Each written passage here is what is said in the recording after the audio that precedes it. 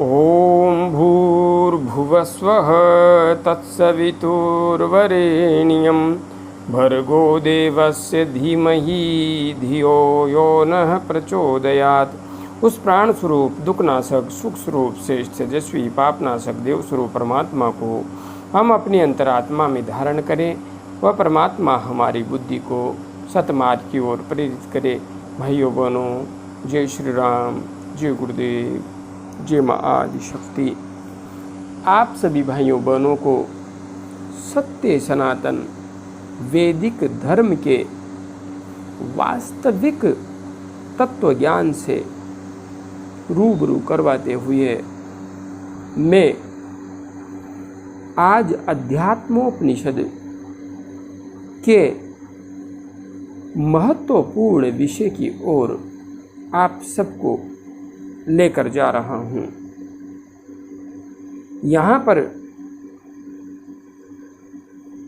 ऋषि ने अध्यात्म के गूढ़ रहस्य को समझाते हुए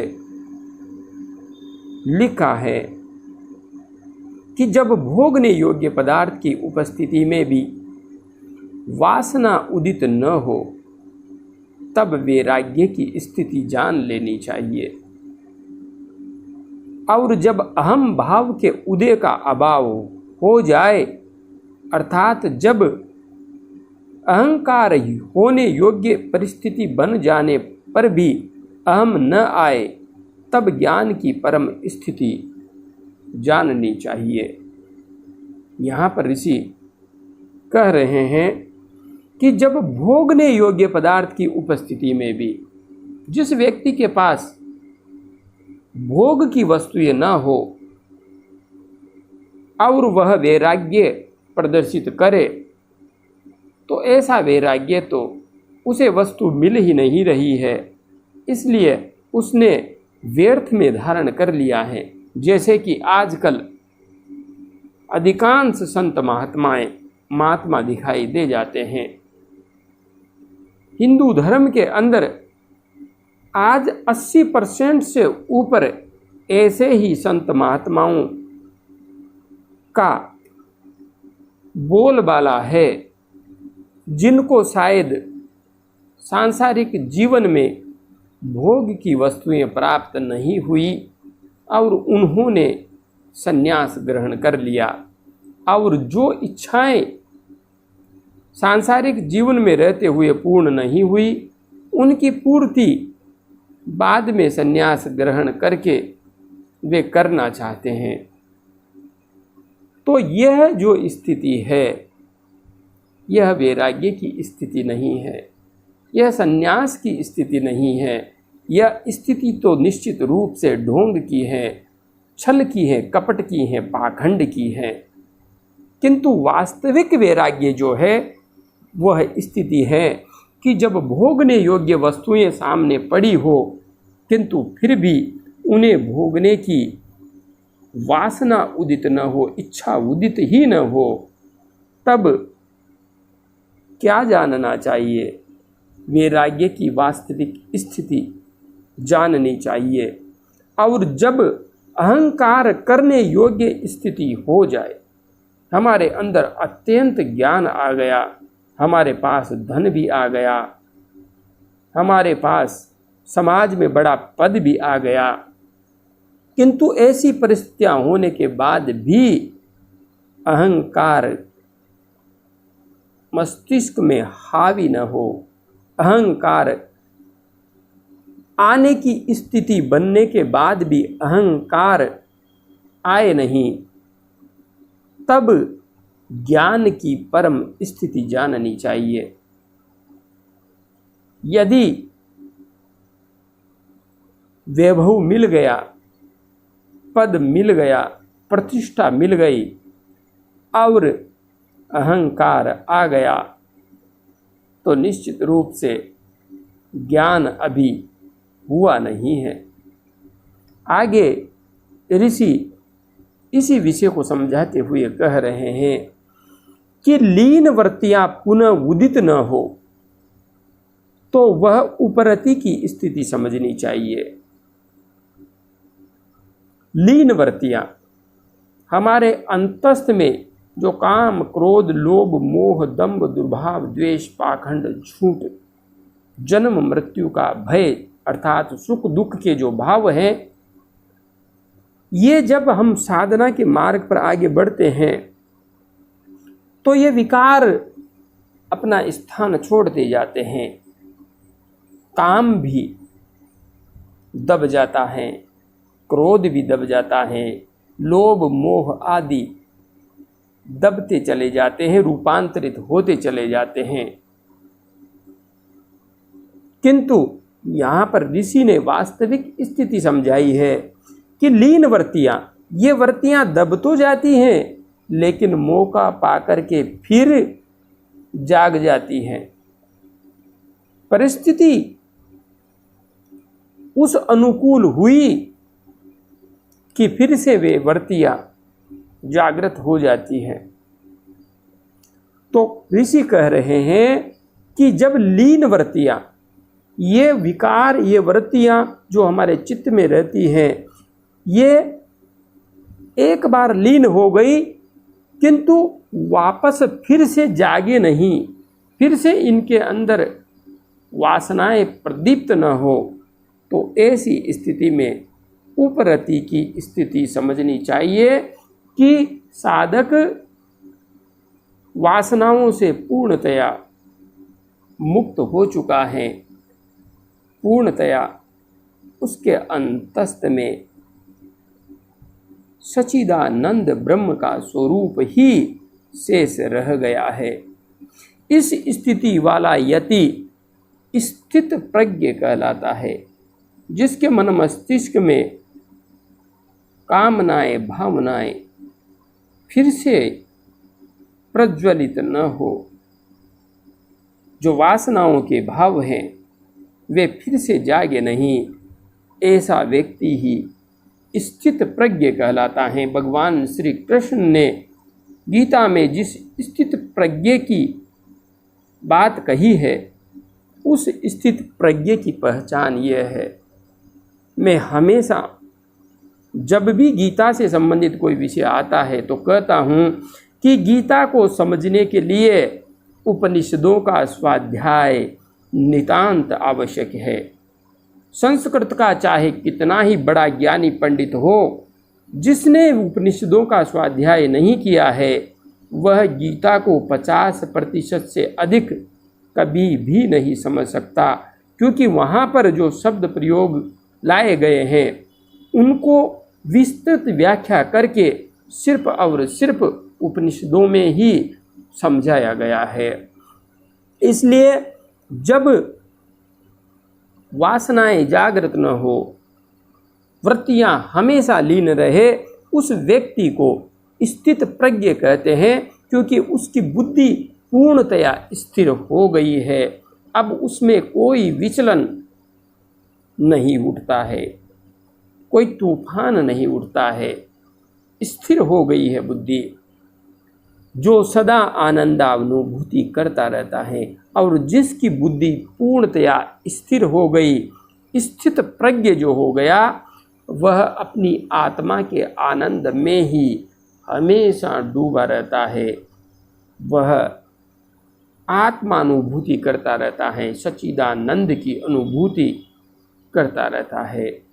आगे इसी विषय को समझाते हुए ऋषि ने कहा है, जिसका आत्म तत्व एकमात्र ब्रह्म में ही विलीन हुआ हो, वह निर्विकार और निष्क्रिय हो जाता है। ब्रह्म और आत्मा के एकत्व के अनुसंधान में लीन हुई वृत्ति जब विकल्प रहित अर्थात ऊहापोह रहित और मात्र चैतन्य रूप बन जाती है, तब उसे प्रज्ञा कहते हैं। प्रज्ञा कहते हैं वह प्रज्ञा जिसमें सर्वदा विद्यमान रहती है, वह जीवन मुक्त कहलाता है। जिसका आत्म तत्व एकमात्र ब्रह्म में ही विलीन हुआ हो, आत्मा परमात्मा में जाकर के विलीन हो गई, वह निर्विकार उसके अंदर कोई विकार नहीं है। जिस प्रकार से काला कपड़ा धोते धोते बिल्कुल साफ हो गया, स्वच्छ हो गया, फिर से श्वेत हो गया, तो हमारे अंतस्थ में जो विकार जम चुके हैं, वे विकार जब पूर्णतया हमारे अंतस्थ से निकल जाते हैं, तब हम निर्विकार होते हैं। और ऐसी स्थिति में जब चित्त की वृत्तियाँ रहती ही नहीं है, सारी वृत्तियाँ समाप्त हो जाती हैं, तो फिर साधक निष्क्रिय हो जाता है, क्योंकि वृत्तियों के वशीभूत ही वह कर्म करता है। ब्रह्म और आत्मा के एकत्व के अनुसंधान में लीन हुई वृत्ति जब विकल्प रहित अर्थात ऊहापोह रहित और मात्र चैतन्य रूप बन जाती है, तब उसे प्रज्ञा कहते हैं। जब ध्यान करते हुए साधक की वृत्तियाँ पूर्णतया विलीन हो जाती है और एक प्रकाश पुंज में ही पूर्णतया स्थिर हो जाती है, सत्य का पूर्ण बोध प्रज्ञा में, बुद्धि में प्रकाशित होने लगता है, ऐसी स्थिति ही प्रज्ञा की स्थिति है। वह प्रज्ञा जिसमें हमेशा विद्यमान रहती है, वह जीवन मुक्त कहलाता है। प्रज्ञा हमेशा रहे, सत्य का बोध हमेशा बना रहे, अज्ञान का आवरण फिर से छाने न पाए, विकार फिर से मस्तिष्क में हावी नहीं होने पाए, वृत्तियाँ फिर से जाग करके मस्तिष्क को उद्वेलित न कर पाए, मन को भटका न पाए, वही जीवन मुक्त है। हमने आत्म तत्व को जान लिया, समाधि में भी चले गए, किंतु यदि समाधि का अनुभव लेकर भी हम फिर से वृत्तियों की आगोश में आ गए, तो जीवन मुक्त नहीं है। वृत्तियाँ हमें फिर से पकड़ लेंगी, फिर से जकड़ लेंगी, किंतु जिसके अंदर हमेशा विवेक जागृत रहे, हमेशा बोध रहे कि इन वृत्तियों से मुझे चिपकना नहीं है, वृत्तियाँ बिल्कुल शांत रहे, वह व्यक्ति जीवन मुक्त है। आगे इसी विषय को समझाते हुए ऋषि कह रहे हैं, शरीर और इंद्रियों में जिसका अहम भाव न हो तथा इनके अतिरिक्त अन्य पदार्थों पर भी जिसका ममत्व न हो, वह जीवन मुक्त कहलाता है। अगला लक्षण बताया है जीवन मुक्त व्यक्ति का कि शरीर और इंद्रियों में जिसका अहम भाव न हो। अहम भाव शरीर के प्रति भी न हो कि यह शरीर मेरा है, और इंद्रियों की वासनाओं के प्रति भी जिसके अंदर अहम भाव न हो, तथा इनके अतिरिक्त जो अन्य पदार्थ हैं, ये मेरी गाड़ी है, ये मेरा मकान है, ये मेरा आश्रम है, ये मेरा पुत्र है, ये मेरी स्त्री है, इन पदार्थों पर भी विशेष आसक्ति न हो, ममत्व न हो, मोह न हो, वह जीवन मुक्त कहलाता है। आगे जीवन मुक्त के लक्षण बताते हुए ऋषि कह रहे हैं, जो जीव और ब्रह्म में तथा ब्रह्म और सृष्टि में भेद बुद्धि नहीं रखता, वह जीवन मुक्त कहलाता है। जो जीव और ब्रह्म में, जीव से यहाँ पर अर्थ है चींटी से लेकर हाथी तक, चींटी से लेकर हाथी तक के जितने भी प्राणी हैं, उनमें और ब्रह्म में भेद नहीं करता, भेद बुद्धि से नहीं देखता, किसी को ऊंचा एवं नीचा नहीं देखता, किसी को छूत एवं अछूत नहीं देखता, वह जीवन मुक्त है। ब्रह्म और सृष्टि में, ब्रह्म और सृष्टि वह परब्रह्म परमात्मा है। और यह जो सृष्टि दिखाई दे रही है, नदियाँ दिखाई दे रही है, पहाड़ दिखाई दे रहे हैं, पौधे दिखाई दे रहे हैं, ये जो कुछ भी दिखाई दे रहा है, ब्रह्म और सृष्टि में जो भेद नहीं देखता, उस ब्रह्म का ही विस्तार इस सृष्टि को देखता है। सब कुछ ब्रह्ममय है, जो कुछ है ब्रह्म ही है, शिव ही है।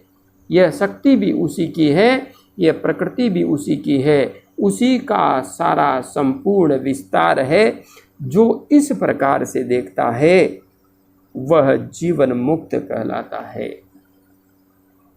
आगे जीवन मुक्त की पहचान बताते हुए ऋषि कह रहे हैं, सज्जनों द्वारा पूजे जाने पर और दुर्जनों द्वारा ताड़ित किए जाने पर भी जिसमें समभाव बना रहे वह जीवन मुक्त कहलाता है। सज्जनों द्वारा पूजा की जा रही है, मालाएं समर्पित की जा रही हैं, तरह तरह के पकवान समर्पित किए जा रहे हैं, और थोड़े आगे चले कि दुर्जनों की बस्ती मिल गई और वहाँ पर डंडों से पिटाई हो रही है, जूते की माला पहनाई जा रही है, कीचड़ ऊपर फेंका जा रहा है, किंतु फिर भी दोनों स्थितियों में समान भाव बना रहे, ऐसा व्यक्ति जीवन मुक्त कहलाता है। जीते जी जीवन मुक्त है। जिसके द्वारा ब्रह्म तत्व जान लिया गया है, संसार के प्रति उसकी दृष्टि पूर्ववत नहीं रहती। बहुत बड़ी पहचान बता रहे हैं ऋषि यहाँ पर, बहुत बड़ी। इसलिए यदि वह संसार को पूर्व के समान ही देखता है तो यह जानना चाहिए कि वह अभी तक ब्रह्म भाव को समझा नहीं है और बहिर्मुख है। जिस व्यक्ति के द्वारा ब्रह्म तत्व जान लिया गया है और संसार के प्रति उसकी दृष्टि फिर भी पहले जैसी ही है, तो वास्तविक अर्थ में वह संसार को पूर्व समान ही देखता है, तो उसने अभी ब्रह्म भाव को समझा नहीं है, जाना ही नहीं है, मतलब अभी बहिर्मुख ही है। जब तक सुख आदि का अनुभव होता है तब तक इसे प्रारब्ध भोग मानना चाहिए, क्योंकि कोई भी फल पूर्व में क्रिया करने के कारण ही उदित होता है, बिना क्रिया के कोई फल नहीं मिलता है। हमारे जीवन में जो भी सुख दुख आदि आते हैं वे हमारे पिछले कर्मों के परिणाम स्वरूप ही आते हैं।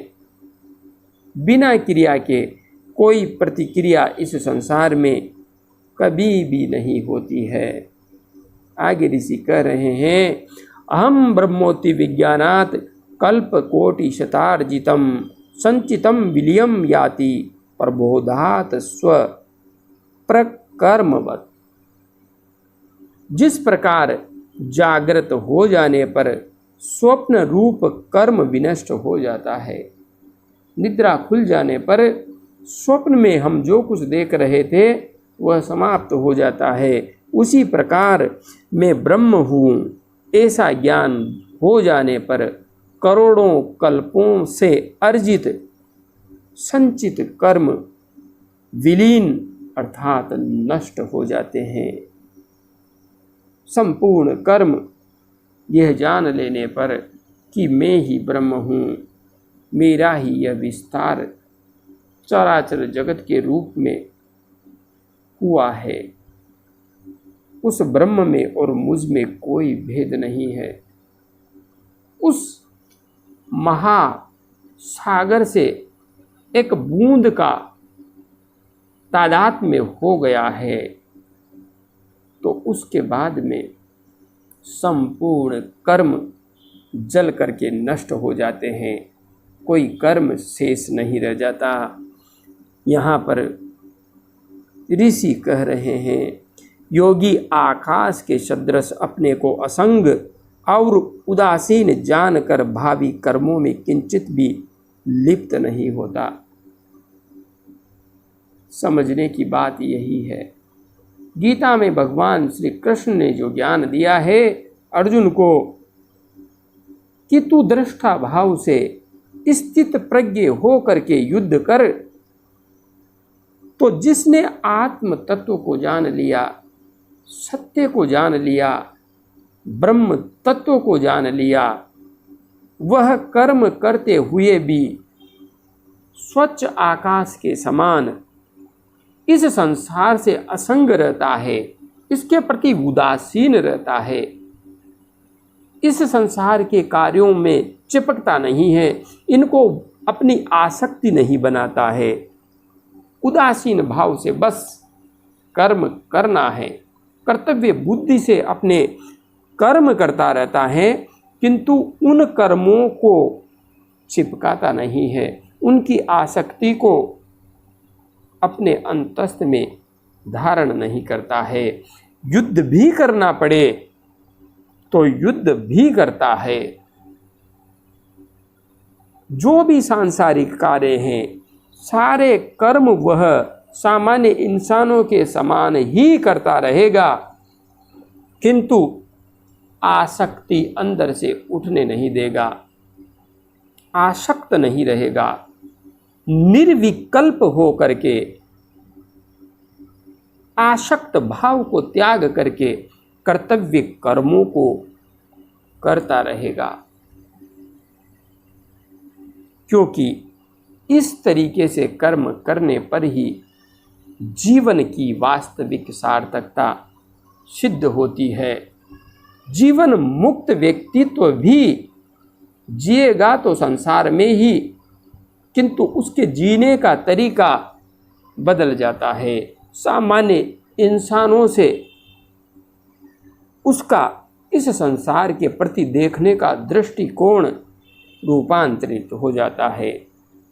आगे इसी विषय को समझाते हुए ऋषि कह रहे हैं, जिस प्रकार सुरा कुंभ में स्थित आकाश सुरा की गंध से लिप्त नहीं होता, उसी प्रकार शरीर रूपी उपाधि के साथ संयुक्त रहने पर भी आत्मा उसके गुण धर्मों से प्रभावित नहीं होता। जिस प्रकार से एक घड़े में शराब भर दी जाती है, उस घड़े के अंदर आकाश तत्व भी है, आधा शराब से भरा हुआ है, आधा खाली है, किंतु उस आकाश तत्व पर उस सुरा का कोई प्रभाव नहीं पड़ता। वह आकाश तत्व उसमें लिप्त नहीं होता। उसी प्रकार शरीर रूपी उपाधि के साथ संयुक्त रहने पर भी आत्मा उसके गुण धर्मों से प्रभावित नहीं होता।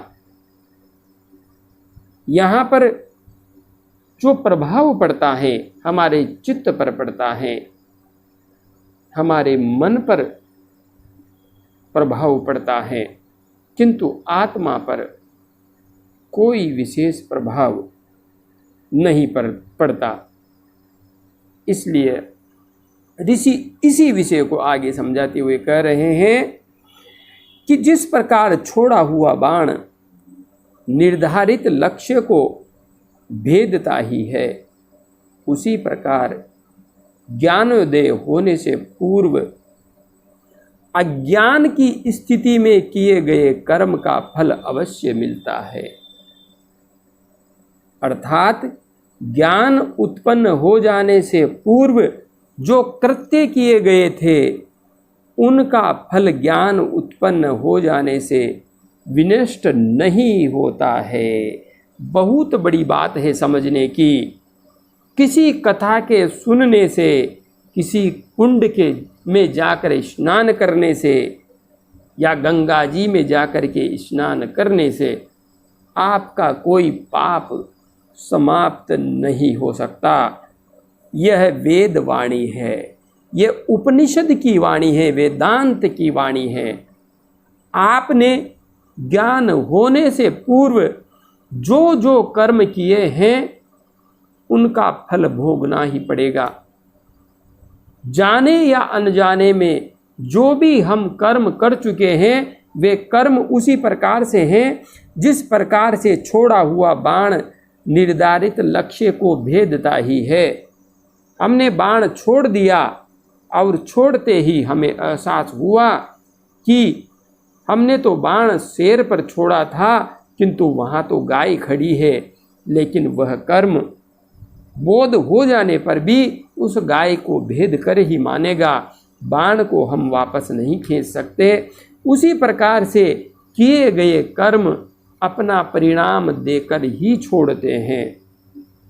यदि आपने बबूल का बीज बोया है तो कुछ भी कर लीजिए, उस बबूल के कांटे ही आएंगे, आम कभी नहीं आ सकते। यह संभव नहीं है। कर्म किया था आपने बबूल बोने का तो कांटे तो आपको झेलने पड़ेंगे। उसी प्रकार ज्ञानोदय होने से पूर्व, ध्यान से, समाधि से पूर्व, निर्विकल्प स्थिति प्राप्त करने से पूर्व, ऋतंबरा प्रज्ञा को प्राप्त करने से पूर्व हमने जो जो कर्म किए हैं, बेहोशी में या होश में, कैसे भी किए हो, उनके फल से हम कभी भी नहीं बच सकते।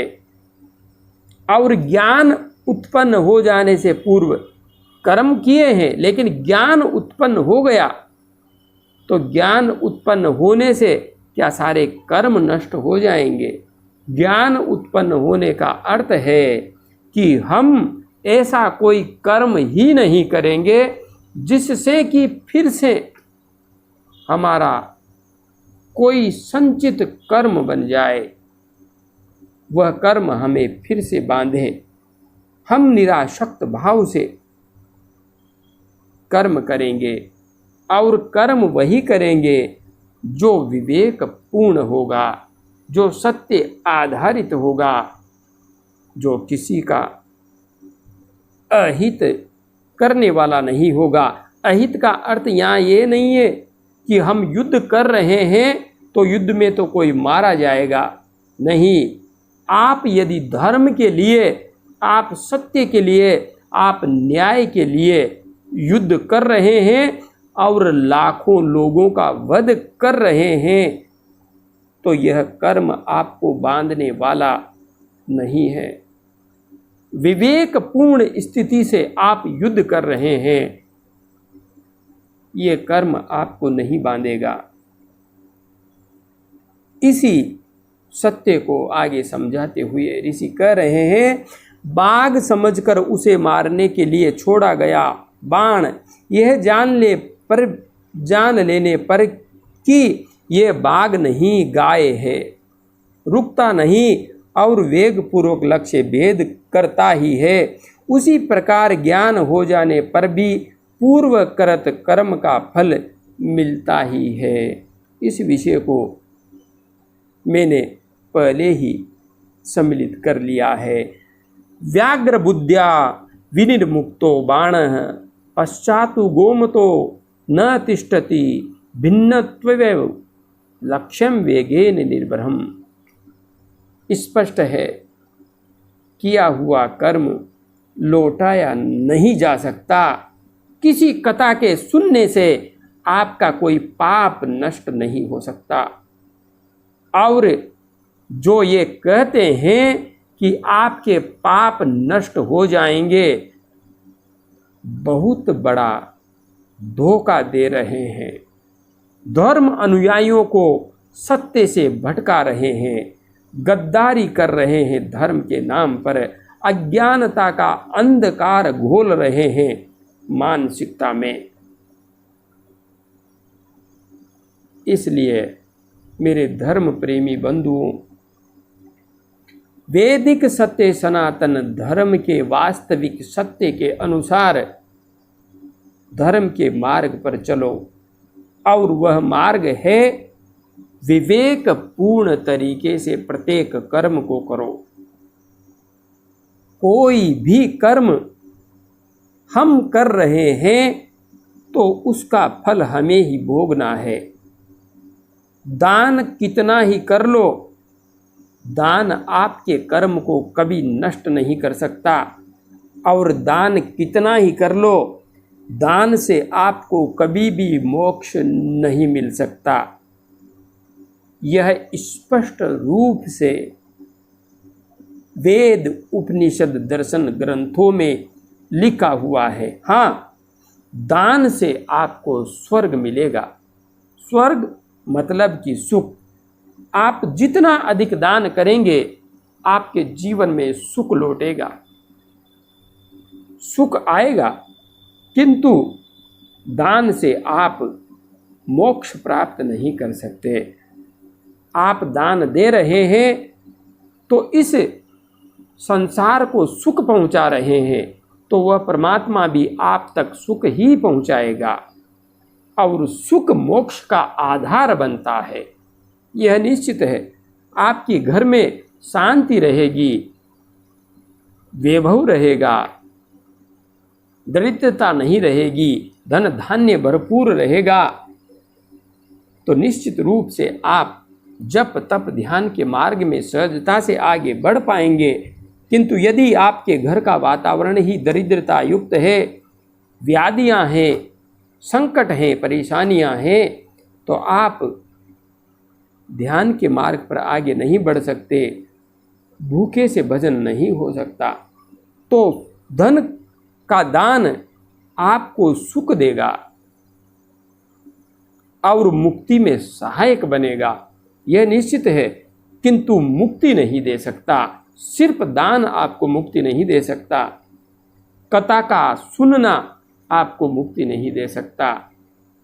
किसी विकृति से आप छूटते हैं तो यह सहायक अवश्य बनेगा, किंतु जब तक आत्म तत्व को जान करके, आप अपने अस्तित्व बोध को जान करके कर्मों के प्रति सजग नहीं हो जाते और आसक्ति रहित कर्म करना सीख नहीं जाते, तब तक आप मुक्ति के वास्तविक लक्ष्य को कभी भी साध नहीं सकते।